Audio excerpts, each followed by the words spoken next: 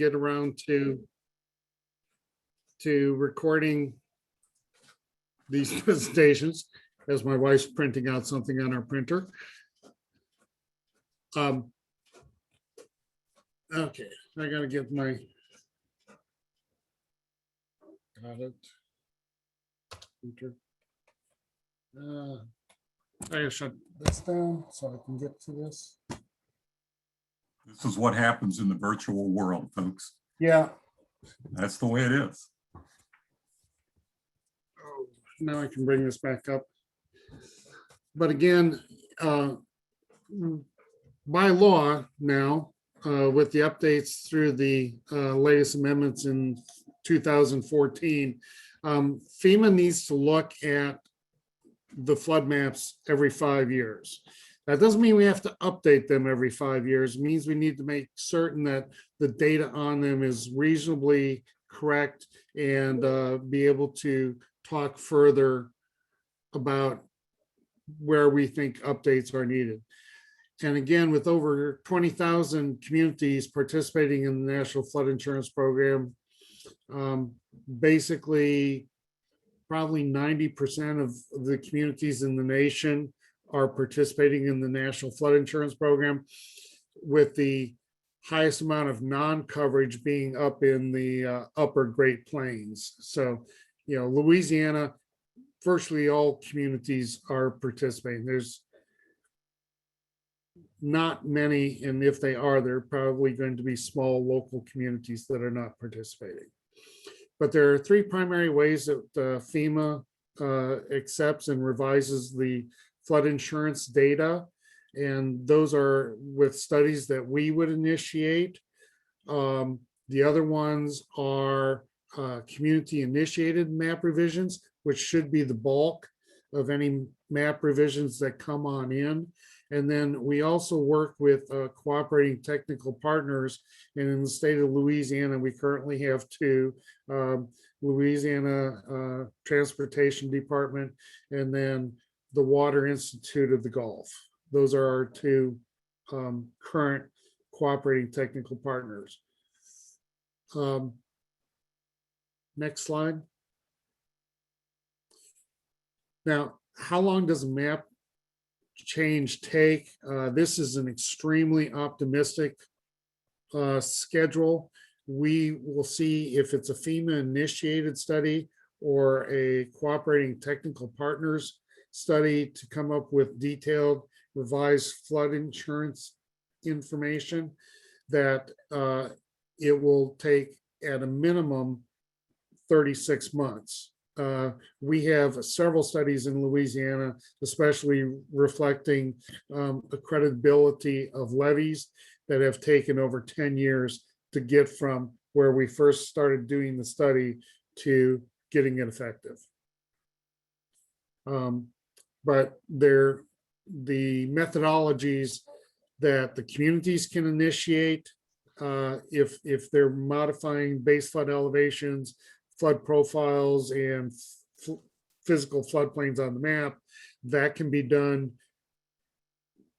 as low as 6 months, because we have to go through an appeal period before we can make it effective. And if they're not modifying any flood elevations, but are just correcting elevation information, otherwise known as a letter of map amendment or a map revision based on fill, those can be processed in as short as a month, but it will typically take more along the lines of 2 to 4 months. And once the data is effective, that's when you change the insurance rating, or not so much the insurance rating anymore, but the mandatory purchase requirement would be modified by that. Next page.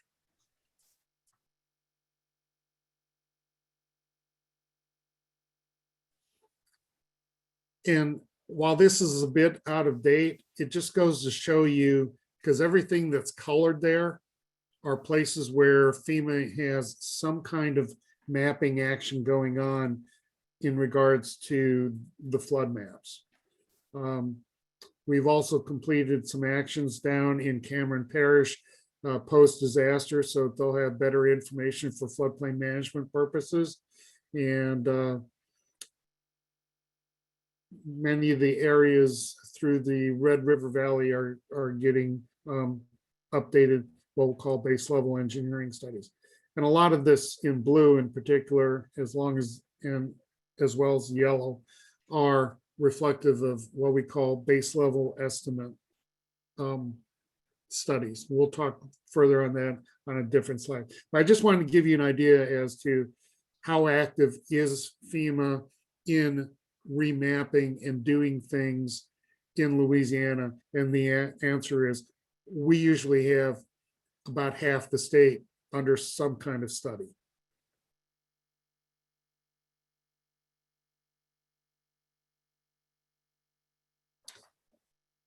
And again, what all do flood insurance rate maps take into account? The principal things that they take into account are the topography, which have made massive strides in improving by changing from USGS contour maps, 1 inch equals 24,000 or 1 inch equals 2,000 feet, to where we're now capturing data via what we call LIDAR, data aperture radar, and we're literally capturing squares of like 4 meters or 2 meters that are defined by 1 point. And so we've gone from 1 inch equals 2,000, which has an error of margin of a pencil width of 40 to 50 feet, to where we're down to about 6 to 7 feet of concern here. So our topography has improved immensely. The second one, or the other critical one, is hydrology, which is rain falls or stream flows go by the area. And how is that water moving? What's a hydrograph? And that is a study of stream gauges. How much updated rainfall information do we have? Where are we going to get that? Typically, if you're doing rainfall runoff modeling, we're going to be using NOAA Atlas 14, and that is very valuable to coming up with estimates as to what kind of recurrence we can expect. For example, in NOAA Atlas 14 for Louisiana, a 24-hour storm for New Orleans would be 24 inches of rain in 24 hours. That's some of the information that we use to come up with the estimates. And again, a big part of this is how saturated is the soil, or how impervious is it due to parking lots, rooftops, and non-absorbent materials such as trees and wetlands. And then the final part that leads to our maps is hydraulics. We follow the mechanics of the movement of water as it flows, and how do barriers impact it. And some of the barriers that are very common are bridges, culverts, and levees. These have a tendency to impede water flow. So those three things come into play. The primary emphasis for flood maps has been on stream flows. How's a river or a stream causing flooding, and coastal storm surge. We don't necessarily capture small drainage basins, otherwise known as sheet flow or interior ponding, if it's not necessarily a developed area. So again, much of the flooding that we see, which also gets termed pluvial flooding, that can also basically be what isn't shown on a flood map and leads to many a community, many an area flooding, especially in southern Louisiana, outside the special flood hazard area. And again, right now, our flood insurance rate maps, they're going to be changing in their emphasis. They aren't going to be used so much for insurance rating, but they'll continue to be the floodplain management tool for the community for building permits and reconstruction. Any questions on that, guys? No. I don't have my chat open, so I haven't checked to see if I got questions in there. Thanks, Alan. Yeah, I don't see any coming in right now, but Yeah. I think it's important to, it can be confusing, but you know, what are the maps showing? And yeah, what are they not taking into account, or what is it not showing? Because knowing the Yeah. limitation is important. And again, kind of the key component, because many people, as we saw from Hurricane Isaac and again in Baton Rouge in 16, is you can flood well outside the special flood hazard area. And because it's so shallow and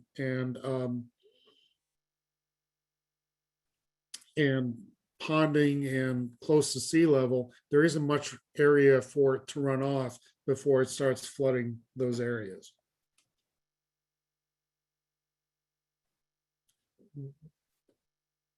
And again, we do talk about the base flood. That is the 1% annual chance flood. And of course, that can be equal or exceeded in any given year. And we're mapping in amongst a band of uncertainty at what we believe is the median point of that data set. So there's topographic uncertainty, and right now we're getting so that that's about 1.2 feet. In hydraulics or hydrology in particular, we can have a breadth of 6 to 8 feet difference between the low end of a 1% flood and the upper bound of the hydrology. And that's just statistical probability based upon the fact that we have such short statistical gauge records to look at. We really need 4 times the recurrence interval in order to start being confident that we have the right estimate. So if we're trying to get an answer as to what is a 1% probability, i.e. a 100-year flood, we need 400 years of record. And unfortunately here in the US, we don't have anything more than about 100. And that would be like on the Mississippi River at New Orleans. But most places we don't have that kind of information. Thanks, Alan. Yeah, I think a lot of people look at the maps and they think of, oh, those dark areas, that's the only place it's going to flood. This is the only place flooding will happen. And we really want to educate people that that's not the case. All flood zones on the map has a chance and a risk of flooding, but those darkest shaded areas, which Darren's going to go over later, it's really talking about that certain probability chance event. So it's talking about the base flood, which Alan just explained here. So it's not the only place flooding will happen delineated on the maps.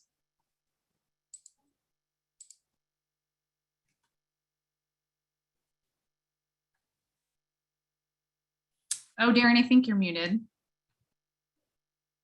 Good morning, everybody. I'm Darren Dutton. I'm a FEMA flood insurance specialist, floodplain management specialist, and guess what? I maintain my real estate license, even though I've been with FEMA now for 15 years, and I'm a native of Louisiana.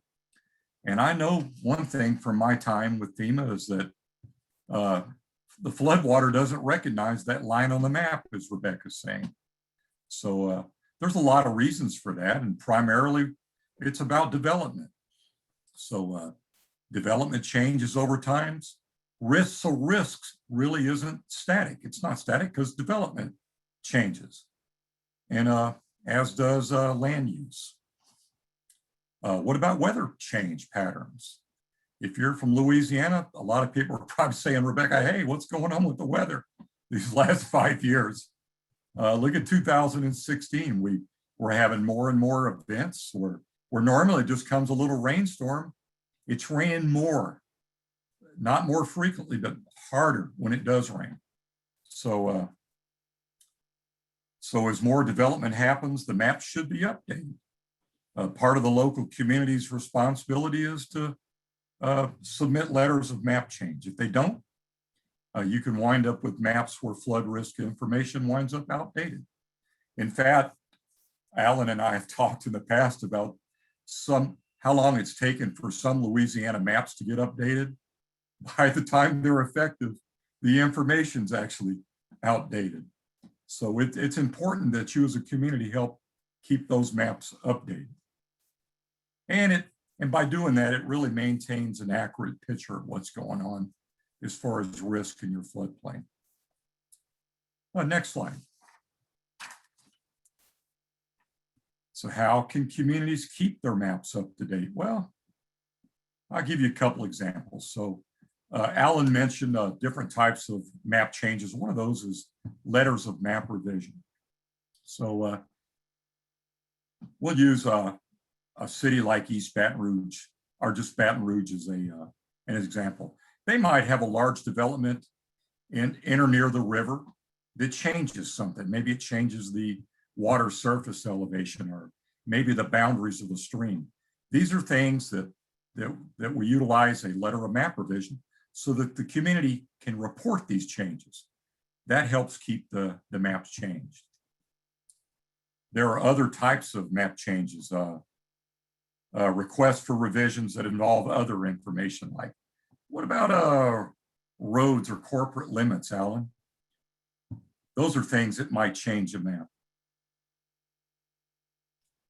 Yes, the roads can change. And again, recognize that, and the Gulf certainly has seen its share of land loss due to increased Gulf heights. So you got sea level rise is an issue in Louisiana, and likewise, much of southern Louisiana is in the Mississippi Delta. I mean, the land that it started from is nothing more than former deposits from the Mississippi River. That's right. That's why it came into being. It's flooded to start with. That's right. And it's made of very, very expansive materials that are basically floating on water. So it's having a bad tendency to subside when you put a big structure on top of it. So the ground is sinking, yeah, and the sea level's increasing. So if you're depending upon our data that might be 20 to 30 years old, it could be horribly out of date just from those two factors. So please buy flood insurance. That's right. So one other thing I'd like to mention is when we're working virtually now, but when we're back in the office, there's not a week goes by I don't get a packet of information about a community annexation. So for communities that have extraterritorial jurisdiction, they might change their community boundaries. So it's really important that you maintain that information, get the information to FEMA as soon as possible, so that when your next flood map updates occur, we can include that information. Next slide, please. Thanks, Darren. And I think you're going to talk about it more on the next slide too, but just so everyone understands, so it's not necessarily a community has these flood maps and they're waiting for FEMA to come and redo them. There's that community responsibility and opportunity to be updating and constantly submitting data. And I think you're going to talk about on this slide here, Darren. That would be Alan's slide, but I'll try. Oh, I can do it. Again, we were just talking about the different kinds of map changes that are available. And if we look at the changes that have occurred since this particular map panel went effective back in 2008, you'll see that there's been 4 map revisions, those are where we went in and modified base flood elevations and portions of the panels via a letter. So it partially revised the floodplain information on the panel, but we've had over 1,000 LOMAs, which are, we just didn't have good enough topographic data to indicate that the structure and especially the land that it sits on was above the base flood elevation that we have on the map to 1/10 of a foot. Okay. And we issued map changes, corrections called letters of map amendments to mostly individual property owners that says, you're not in the special flood hazard area. Therefore, you're not mandated to carry flood insurance. Awesome. Thanks, Alan. So even though the map, if you would look at it, you would say, oh, this map's from 2008. Right. This is super old. If you kind of go and look at it more closely, there have been over 1,000 updates to that map. Right. And one thing on the floodplain management side that, communities can require studies for new development, for redevelopment, and they can submit that study data to keep their maps up to date. So kind of helping keep pace with that development is important. And that preceding compliance about community 65.3 of 44 CFR. In other words, our regulations that manage map revisions, that mandates that they are to notify FEMA within 6 months of completion of development that led to the modification of the flood data. Thanks, Alan. I think we're going to Darren next. If you don't mind, Rebecca, I'm gonna put my sales hat back on for a minute. I'm gonna be a real estate agent again. So I got an older brother, he lives next door, but about twice a week, he gets his big old Harley, his hog out, and I'll walk up to him. He's bad about not wearing his helmet. And I'll say, Rex, you're not gonna take off on that thing again, are you, without your helmet? And the reason I do that is because I know that, it's not about him. It's about safety, going down the road and other people driving their car. There's a high probability, Rebecca, that he could get in an accident, and I don't want him to get hurt. In the same way, as a real estate agent, we're really concerned about the wants and needs of our clients. We've listened to them. We've been showing them structures. They might have a family. We might be concerned about them, and we are. So just like I'm concerned about my brother, if you live in one of these areas here shown on the map, these A zones, especially the V zones where you have Allen high surge levels and where homes that are built below base flood elevations often become obstructions to floodwater. And we know the outcome from some of the recent events. In the same way, you want to be concerned about your clients.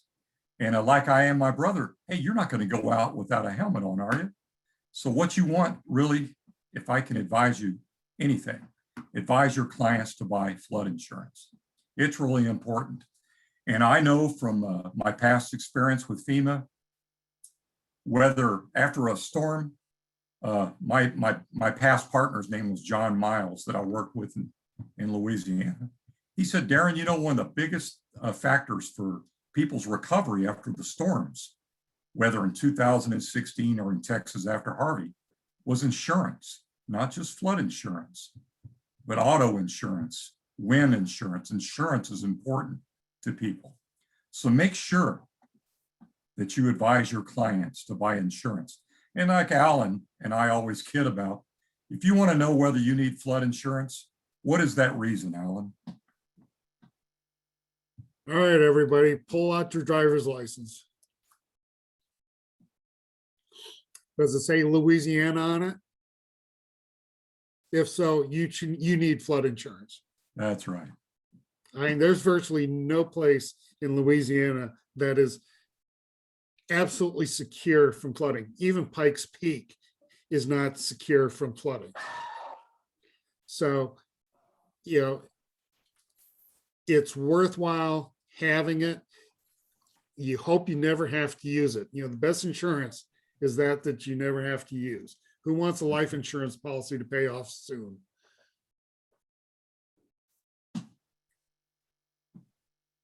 That's all I have, Rebecca. Thank you.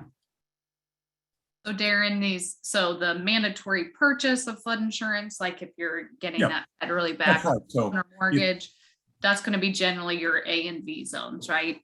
that's right. So in these zones, you would have to have mandatory flood insurance. And I know we're not talking a lot about risk rate 2, but I think Rebecca could mention a little more here about maybe in the near future, you might want to look at your proximity. And are you going to be talking to that in the next slides? We are talking about it just a little bit, yes, Okay. but like you said, Darren, you would recommend flood insurance in all zones, but again, that when you're looking at the map in relation to where is flood insurance mandatory based on your lending, your mortgage, that's going to be the A and B zones, and that's not changing under any rating changes. That's right.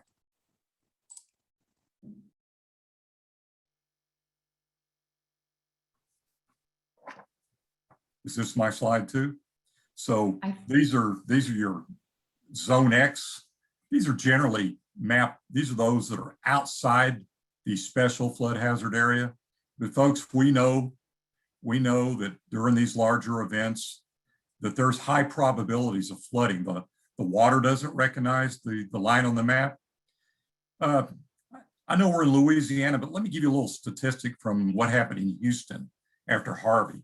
Over 60%, sometimes in places up to 65% of the flood losses took place outside of the special flood hazard area. And this was also true for Louisiana in 2016. So although these are reduced areas of risk, there's still a risk. And we still recommend, there's not a mandatory purchase here, but we do recommend that you consider flood insurance in these areas, especially at the bottom when you see that shaded X area. These are people that live within levees. So think about an event like a Harvey or 2016 sitting over a place like Ascension Parish or Lafourche, where people live within a levee, and it sits there for 24 hours. Those levees can give you a false sense of security. But if you live within a levee, I highly recommend that you have flood insurance.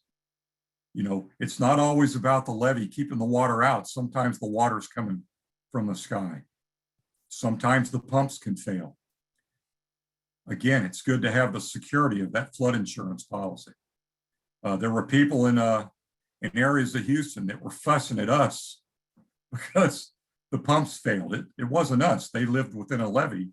The pumps failed, and thus their homes flooded. You have anything to add to that, Alan?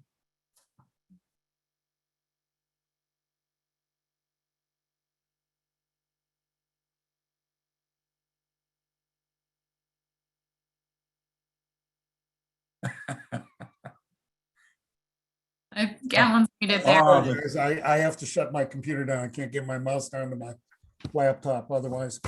The key component is we went through and did high water marks after both Hurricane Harvey, which was a big rainstorm, just kind of came over and dumped. And we've seen that in Louisiana in 2016 in August around Baton Rouge. We saw it around LaRose in 2011 or 2012, where that Isaac came on in and just sat over and dumped. Okay.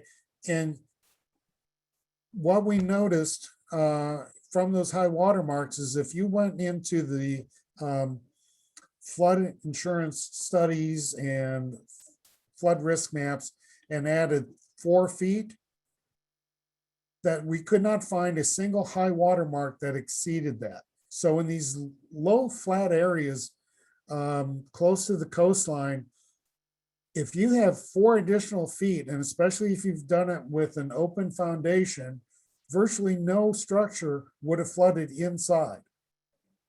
So that's something to consider as you're talking with your potential clients and say, okay, I'm in a special flood hazard area, or I'm close to a special flood hazard area. How elevated is my house above that ground? And if there's freeboard there, that helps immensely, as opposed to a slab on grade or slab on fill type area. I know it's a different webinar, but he and I give webinars on higher standards. So real quickly here, if you have a client that's considering a new home, they might consider an elevated structure. Homes on open foundations, hey, it gives water a place to be.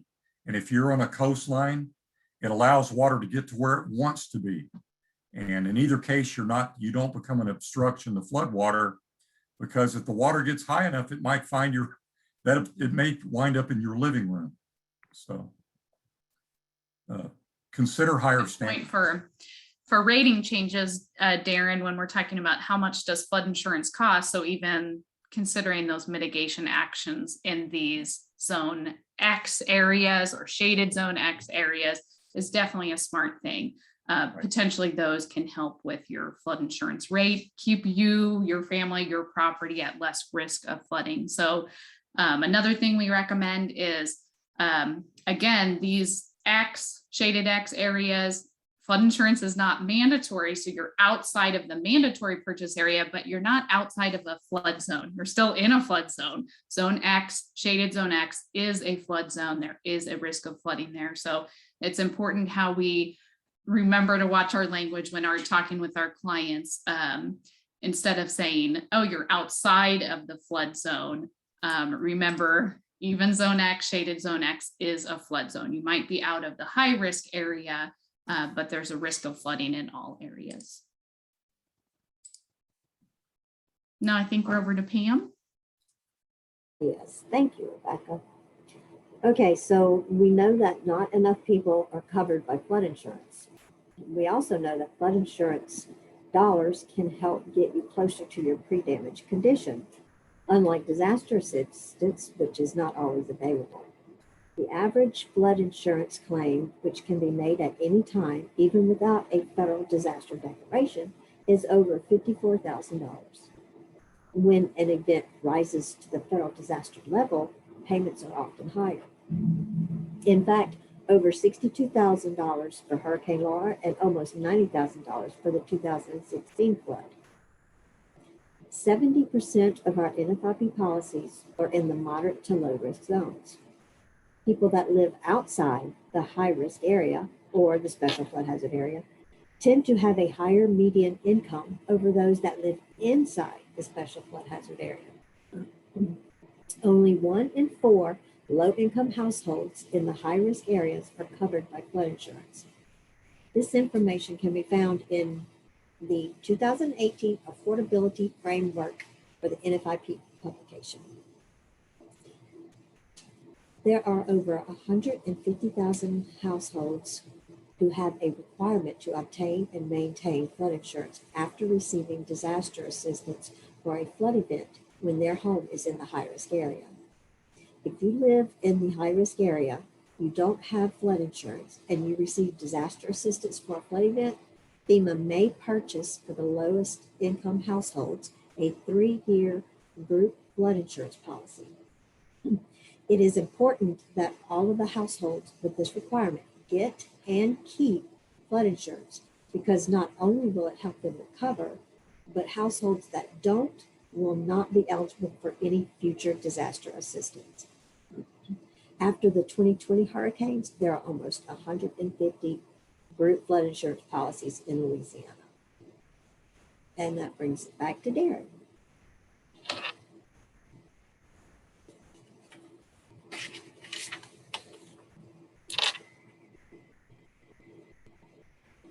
Darren, that's you. That old mute button gets me every time, Pam. Sorry. Well, we like to talk about higher standards, Pam, don't we? So the state of Louisiana, is unique. It has some higher standards built into it. One of them, you know, we don't just show single family homes, we sometimes show manufactured homes. So you might point out that the higher standard in Louisiana is that manufactured homes should be set their base flood elevation to the lowest horizontal I-beam. So that's something you can ensure that's being done when you're showing these structures. So I know they're not real property in a mobile home park, but if they're on private property, then a manufactured home is in fact real property. So purchasing a property in the special flood hazard area means development will be subject to floodplain management regulations. So I know we're insurance agents, but it might be wise to go down to your local city and get a copy of your local floodplain regulations. You can look them up on Google Earth. Become aware of these, read these, become knowledgeable as agents about these regulations. By doing so, it'll help you as an insurance agent better assist your clients by having more knowledge about the floodplain. Again, we talked about higher standards. Communities and owners, it says going over and above the minimum standards can provide an extra level of protection. So things are fixing to change with flood insurance. So it's not going to be so much about your elevation, but you know, it's not about flood insurance when you live in a special flood hazard area. It's about safety. Just like I was talking, Angela was telling us she would like to relocate maybe to Houston or have an extra home there. If you live in Houston, you're going to have to drive on five-lane highways and people are moving at 80 miles an hour. So just as you need to be safe in that type of situation, you need to show people how to be safe and live safely in these special flood hazard areas in the state of Louisiana. So what other comments you have here, Rebecca? So on the real estate professional side, so just kind of reminding your clients if they're looking at purchasing one of these properties in the high risk flood area, the special flood hazard area. So not only do they need to be thinking about mandatory purchase if they're going to be, you know, getting that federally backed loan, but okay, development that I do on my property, renovations to my property, that's going to come with me having to get a floodplain development permit. So it's kind of those extra permitting steps and thinking about what I can and can't do on my property because it's in this high risk flood area. So another good thing to point out to your clients. One other thing that we deal with often, someone buys a house and they want to add on to it. So one thing to study in the local regulations, become familiar with what's called substantial improvement. There are a lot of homes that they're in a special flood hazard area. And if they're currently non-conforming, and what that means is they're currently below the base flood, the first floor is below the base flood elevation. If it's an older house, it was built before the community joined the National Flood Insurance Program, this house may fall into that category. Thus, any of the improvements they make might become substantially improved, might be substantial improvements and have to cause the house to have to meet current codes and elevation requirements. And again, we're talking about mapping changes. So even if the structure is currently not in a high risk area, that doesn't mean in the future that structure, that property wouldn't be mapped into the high risk flood area. So again, we know that maps can and do change. That's also something to keep in mind. Alan? Well, and I was going to say, not only do we need to talk about flood risk, which is of course the emphasis here, but you know, if you're dealing with somebody's considering new construction, they should be looking at building it safe from all sorts of hazards. And again, wind is certainly a big hazard along the coastline. Those hurricane force winds, along with the coastal storm surge wave impact activities, are all things that need to be considered in constructing anything anywhere near the coastline. So the International Building Codes is a wonderful starting point, and, kind of ask, are you building in accordance with this? Because many of the state provisions have diluted the flood provisions in particular. And they should be followed as written, as opposed to how the state has allowed them to be interpreted. Great ideas, Alan. So we did get a question in the chat about the insurance rating changes side. So the question was, what did the speaker mean when they said flood insurance is going to change on the rating side or your premium side, and it won't be so much about elevation anymore. So we have some variables up here on the slide. And these are the things that that NFIP rating is going to take into consideration, some of the variables. In the past, we've looked more at just, all right, let's look at the map. Let's see if someone is in or out, kind of that static measurement. Is someone in or out? And if they're in, what's their elevation? But we know that risk is much more nuanced than that. It's definitely outdated way of looking at that, rating the insurance premiums. And so we're moving towards an individualized picture of flood risk. So again, taking into account a lot more variables. How close are you to that flooding source? What's your replacement cost? What are the different types of flood risk in your area? Catastrophic models, looking at that data. How high is your first floor in relation to the ground elevation around you? Do you have certain mitigation steps that have been taken on your structure? So those are some of the things that we're going to look at. What should you recommend to your clients? Tell them to talk to an insurance agent and get quotes. Get quote for full level of coverage, get quotes for different levels of coverage. And really that's no matter their flood zone. And what we would recommend to you is tell them to think about that annual cost of flood insurance in their kind of asking point that they're looking at. Can I afford this home with the annual cost of flood insurance, no matter your zone? That's what we recommend.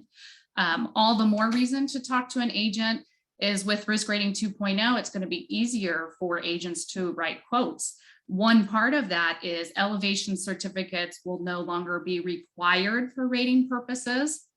Now, we still recommend that you tell your buyer to get one from the seller if available, because it can be used, it can be submitted to the agent to see if it would lower the insurance premium. So it's not required anymore, but it can be used. Plus, on the floodplain management side, again, as we discussed, elevation certificates, you're still going to have those floodplain management compliance components. So when there are map changes that move your client into a high risk area, under Risk Rating 2.0, that building may be eligible for a newly mapped discount. So that's something to talk to an agent about. And then sellers can also transfer their NFIP policy to the buyer. So coordinating on this before closing is important to ensure that new owner can kind of continue on that previous owner's glide path to a full risk rate rather than starting off at a full risk rate, purchasing a new policy. So those are some of the things we recommend. We call Risk Rating 2.0 equity in action. There are some things that it does to set rates that are more fair and ensures that rate increases and rate decreases are more equitable. So currently, policyholders with lower value homes are paying more than their fair share of risk, while policyholders with higher valued homes are paying less than their share of the risk. So Risk Rating 2.0 is going to consider things like rebuilding costs, which will help equally distribute that premium risk. And then we also shouldn't see huge cliffs in premium differences where there's a line on a map that denotes a change in flood zone. So currently under this legacy rating system, you could have two really similar homes. Maybe they're across the street from each other, or maybe they're right next door to each other, just a few feet away. And one home could have a much higher premium because it's in the high risk flood area, and the other home could have a much lower premium because it's in the moderate to low risk area. So risk rating 2.0 is kind of, again, it's not looking at that static, are you in, are you out? It's looking at that individual structure's risk. So other things we recommend for you, tell your clients, request an NFIP flood loss history from the owner. And that's something we have the contact information or the details on how to do that in the resources section at the end. Also closely review the seller's disclosure. And then there's some important dates to the right here. So if you're a current policyholder, hey, start calling your agent now. See, you can ask them how your premium is going to change under risk rating 2.0. And then coming up in October, all new policies will be rated according to the new rates, and existing policies who are coming up for renewal could take advantage if their premium is going to decrease. And then April of 2022, all remaining policies are going to be rated with the new rates. There's a link here for more information. And if you have more detailed questions on risk rating 2.0, we can get those to our regional flood insurance liaison, Gilbert Giron. He's not able to be on this training, but we can get those to him. Moving on, I think we're going back to Alan to look at some other flood risk data. Right. We are putting out revised and improved approximate zone A information that will be available on this very interactive website down at the bottom there. And it allows you, quite literally, you can go type in a property and it'll look up and see whether or not data is available for this particular location. And if so, you will be able to download and go to a next slide. Oh, no, we got a picture of it.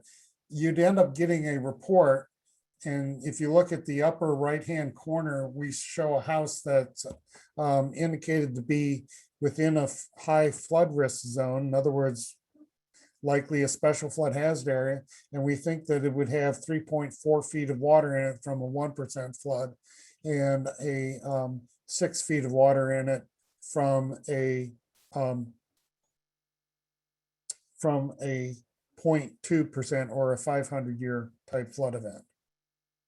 So in that kind of case, you now have a nice visual answer that you can use, and we're encouraging those communities that only have approximate zone A maps to use this information where available, because this is model backed.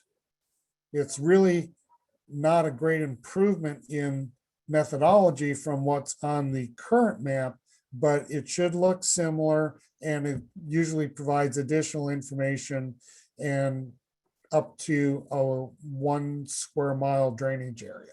So it's very useful information where it is available. It's an additional resource that's available to the community, to you, the real estate agents, to potential property owners, and also because the data is available, it can become the basis for any kind of engineers to develop improved base flood information, and gives them a starting model to work from. So it's an incredibly powerful tool. It's very interactive. We're in the process. Over the next 5 years, we'll have virtually all of Region 6 published. And at this point, I think we have about half of Louisiana done.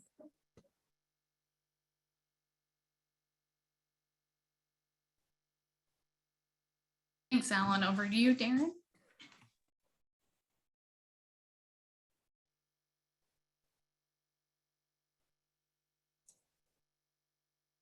Got myself muted. So what should you tell your clients? You know, flood insurance isn't just an extra cost, it's an investment in that home. So you're going to be purchasing one of the largest, this is the largest investment of most people's lives, Rebecca. So it makes perfect sense to protect that in the same way that you would protect your home with with fire insurance or your homeowner's insurance. You're protecting this large investment. There's a higher probability. We talked about the probability of my brother earlier having an accident on that motorcycle.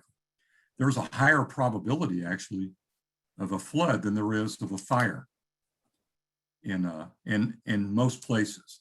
So flood insurance is what you should recommend to your clients. And don't rely on federal disaster assistance. A couple of statistics in this last year, we've had several flooding events, and our average flood insurance claim payment was around $55,000 to $60,000, and the average NFIP check was under $4,000. With the statistic that 1 inch of water can cause up to $25,000, $27,000 in damage, I don't think that disaster assistance is adequate.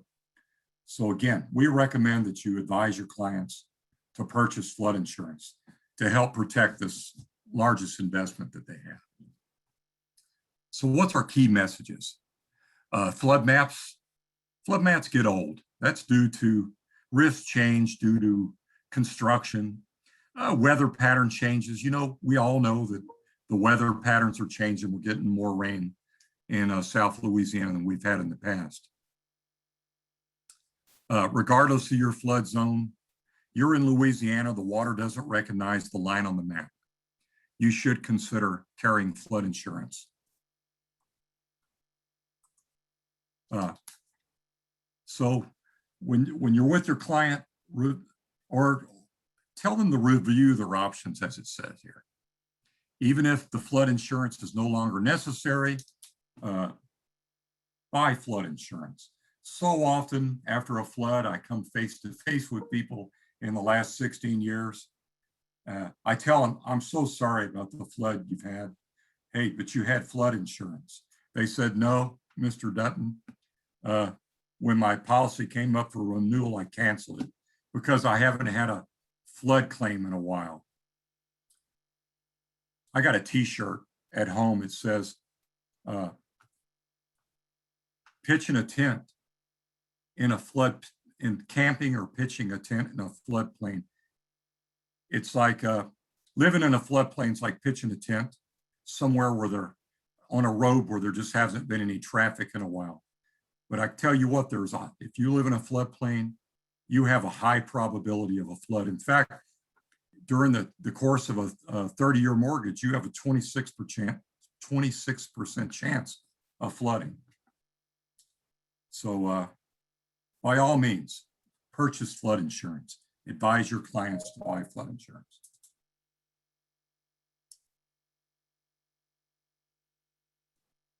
Is this one mine too? No, We're this going is to mine. Pam. We're going to me. Okay, so waiting periods. As you may know, when purchasing flood insurance, there is a 30-day waiting period before the policy goes into effect. Well, there are two exceptions to this waiting period. One is at closing when buying a home in the special flood hazard area for the mandatory purchase, there is no waiting period. And second is when purchasing a policy due to a map revision, let's say the new map or the updated map puts you in the flood zone. This one has only a 1-day waiting period for the 13-month period following a map update. Okay, Rebecca, back to you. Thanks, Pam. So I just have a few media articles here because I think they're really interesting. So of course, when a map change happens, it can be big talk around town, right? So I have an example here of this is when there's a significant number of homes that are moving from a high risk area to a moderate to low risk area. So the headline for this article says more than 5,000 Northeast El Paso homes removed from flood zones. And remember what we said earlier, you can go ahead and type in the chat. Have these homes been removed from a flood zone? Yes or no? Anybody want to type in the chat? Have the homes been removed from a flood zone? No, thank you. So again, they may be removed from that high risk flood area, the mandatory purchase area, where those minimum floodplain management regulations apply, but they're still in a flood zone. Zone X, shaded zone X, is a flood zone. And then a quote in the article says, the move could save homeowners a lot of money as they will no longer need to pay flood insurance. So again, being careful with our language. If we tell our clients, hey, you no longer need to pay flood insurance, if I'm the consumer, if I'm the client, I'm going to hear, okay, I don't need it. I'm not going to spend that. But that's not the message that we want to get across to people. Now, that article did go on to have an insurance agent say, hey, you can still get a quote and you can still benefit from keeping flood insurance. And again, so if that is happening in your area, if you're seeing a portion moving from high risk to moderate to low risk, we definitely want people to keep that coverage, make sure their investment is protected. Under the current legacy system, they could potentially, benefit from a reduction in their policy. They're going to have to talk to their agent to see about that unique flood risk under risk rating 2.0, but definitely interesting there. And then I have another example where it's a significant number of homes moving from the moderate to low risk area to the high risk area. And the title here says thousands of El Paso homeowners may soon be forced to buy flood insurance. And this is probably something you might hear in your area as well, right?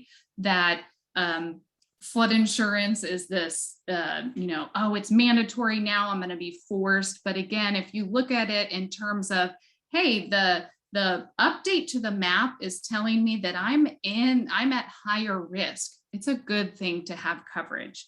So definitely having your clients talk to an insurance agent about getting a level of coverage they can afford, or if it's mandatory purchase, if they're going to have to get that coverage that equals the balance of their mortgage, but getting as much coverage as they can afford is important. And then I have a real estate listing here. This is in Louisiana.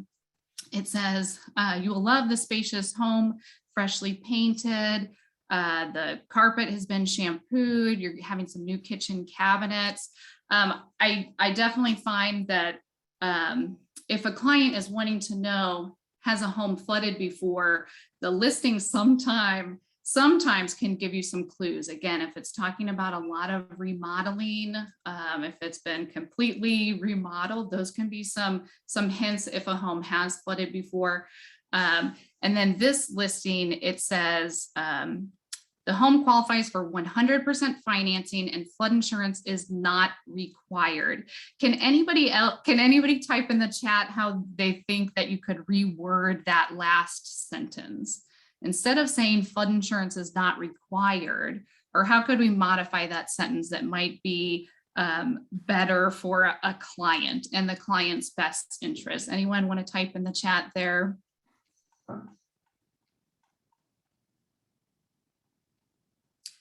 Flood, someone suggested flood zone X, insurance not required, but recommended. Others typed recommended. I love it. Exactly. Again, if we tell people it's not required, it's not mandatory, they're going to think, all right, I don't need it. But if you can add that extra sentence that, again, that it's recommended or maybe available or maybe needed is important.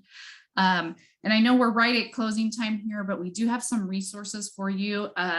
Angela has put this presentation in the chat. This is also available, will be available on their flood risk recovery series website. So you can download the presentation, access these resources. This is information on how to obtain that NFIP flood loss history. This is something that the policyholder gets in the mail every year. I have an example of mine to the right. It's the image in the back. This is mailed to the policyholder once a year. Luckily, my home has no losses on file. Great news.